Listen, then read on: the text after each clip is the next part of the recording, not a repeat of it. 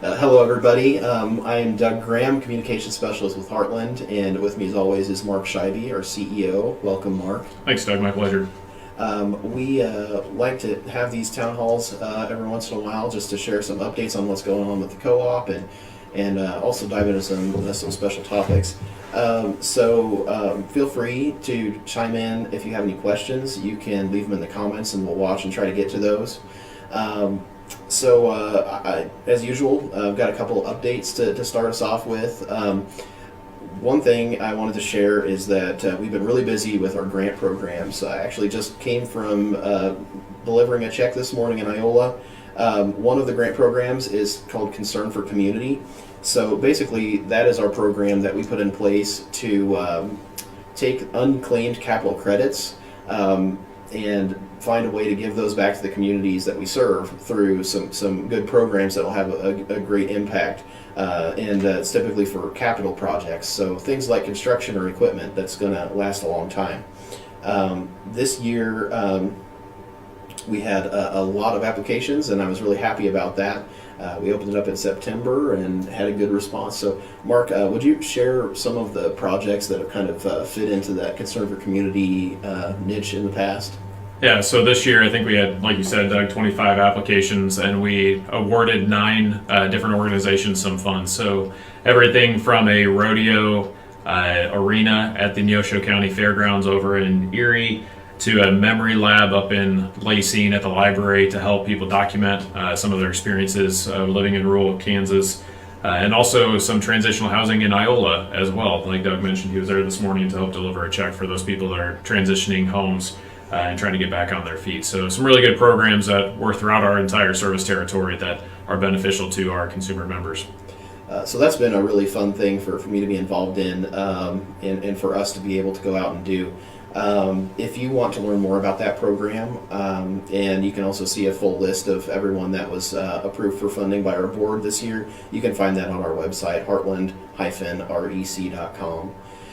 There's a press release there under the news items. So hopefully you might also see some newspaper articles and various community papers that we've sent some pictures and info into. So with that out of the way, I wanted to kind of move on to our main topic of the day. We're hosting a co-ops vote event soon, and we're excited about that because we're going to have the chance to connect with legislators and talk to them about what's important to us as a co-op and to you all as our members. Yeah, that's right, Doug. And I think even as we're thinking about the priorities of rural Kansans, with more legislators moving to the more urban centers of the state, it's even more important to make sure that legislators understand how their decisions impact rural Kansans and also the electric co-op as well. Yeah. So with that in mind, we wanted to kind of take a look at some of those things we were talking about with the legislators and kind of go over some of them with you all as members on this Facebook Live event. So, Mark, we have touched on this in the past a little bit, but I think it's always a good thing to revisit.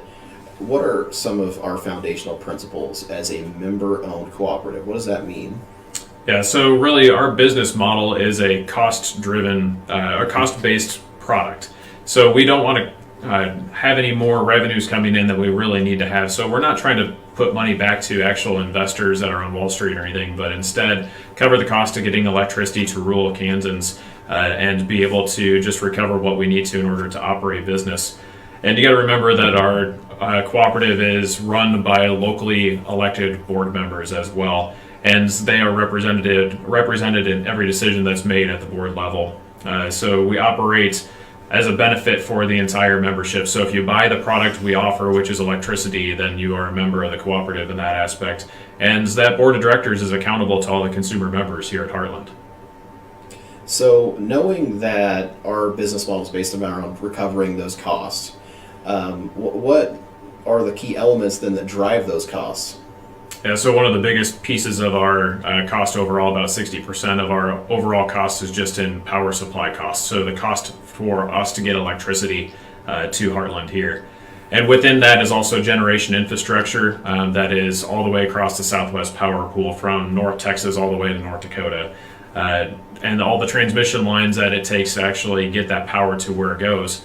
And then obviously the fuel source that are being used. And you can even think of wind and solar as a fuel source as well. So when we start thinking about what the differences are between electric utilities, even in the state of Kansas, line density makes up a big portion of that. When we talk about line density, it's how many meters per mile are you serving. And at Heartland, we're about 3 electric meters per mile. So we serve some of the most rural parts of Kansas. And so that impacts how we spread those fixed costs out to all the rest of the consumer members. And so really kilowatt hour sales drives a lot of the revenues of the cooperative, but we're really trying to set up the cooperative so if we sold 0 kilowatt hours in a year, how can we still be here for those people who need us? And so when the kilowatt hours is being used and how much really impacts cost as well. So, we know that we have a lot of different kinds of members, and they use electricity. It can be very different ways, different times. How do we come up with a way to design our rates that basically allows us to collect everyone's kind of fair share? Yeah, so there's lots of different classes of consumers, consumer members here at the co-op, and it's all based on how and when they use electricity is kind of how we classify those. So different usage patterns, different types of service, whether service wants to be interruptible or not, whether they have backup generation and disconnect during peak times, or whether it's even distributed generation members that are there. Each type of usage pattern is just a little bit more unique. And really when it comes down to it, we're trying to make sure that modern rate designs are put in place here at Heartland in order to adequately recoup the cost for where the costs are caused. So if people want to use electricity at different times of the day, then we'll be more than flexible with that from a modern price perspective. So you started to touch on some of the challenges that we're going to have as we work with folks that are starting to incorporate what we call distributed generation. So things like rooftop or home solar systems. This might be a good time then to address a question that we had, which we appreciate this member chiming in and reaching out to us. The question is this: net metering on a monthly basis is nice, but it still doesn't adequately compensate residential customers who generate more capacity than they consume in the summer months when the days are longer. What if Heartland did an annual calculation for the 40 or so customers who send energy back to the grid, giving them a credit annually for their overproduction? With just 40 customers, it could be tracked and calculated on a spreadsheet. It might encourage others to invest in solar by reducing the time it takes to recover the upfront solar installation costs. So what are your thoughts on that, Mark? Yeah, so this is a really good question. I really appreciate Stan, you submitting this question to us. Individual choice within America and in Kansas is really important, but we also need to remember that individual choice can also have costs associated with those choices. So really, when you take the distributed generation out of the equation, period, it's all about when people are using electricity and how much are they using, and that's going to really drive what a lot of the costs are. So with 50% of our wholesale power costs that we get is actually from the 1 hour that's the most highest usage in our region for that 1 summer hour a day. So that was kind of confusing. I'll say it again. The 1 hour that is the highest usage during the summer months, that's really where 50% of our power costs come from. And so if people can avoid using energy on peak during that time, then it saves money for the cooperative, and we pass that directly on to our consumer members. So whether you decide to start running your electric dryer at one time, or whether you decide to put something in the oven or cook with your electric range, or plug in your electric vehicle right on peak as soon as you get home from work, or even if you turn on your grain bins because you just need to get some air movement running through those, it really can impact what the costs are. So even when we're talking about usage of electricity in a home, or whether it's distributed generation, we're focused on making sure that our consumer members understand how they use electricity and what the cost impacts of that is going to be. So if we really think about distributed generation, there's a couple of aspects of there that I think are important to point out. One is that are the consumer members is it being fair and accurate, the information that's being shared to them from the solar installers? Is the right size of the installation there for their needs? Are accurate numbers being reflected on the estimates to have an appropriate return on investment coming in? And is the value of the home supportive of a DG infrastructure getting added in? And so we've had numerous people call in or submit applications for solar that was way too large for what they actually needed. There's one member that needed about $50,000 worth of solar installed, but their installer wanted to install $150,000.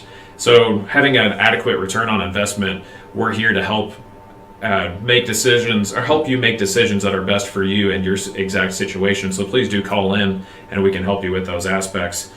So Stan, I really do again appreciate your question, and to answer it a little bit more directly, yes, we are looking for a more modern rate design to be put in place here at Heartland, and that would help those costs be recovered for those that are either using electricity or even generating electricity in different times based on what the peak is.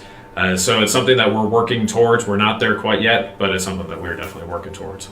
Doug, well, I think we're wrapped through with all the stuff that we had planned out, plus the questions that were submitted. Or is there anything that you see on Facebook? I don't believe we have any questions this time, Mark. So I appreciate everybody tuning in and taking a few minutes to catch up with your co-op. And I appreciate also those who are watching this, the recorded version after the fact. And we hope everybody has a great day. Yeah, thank you.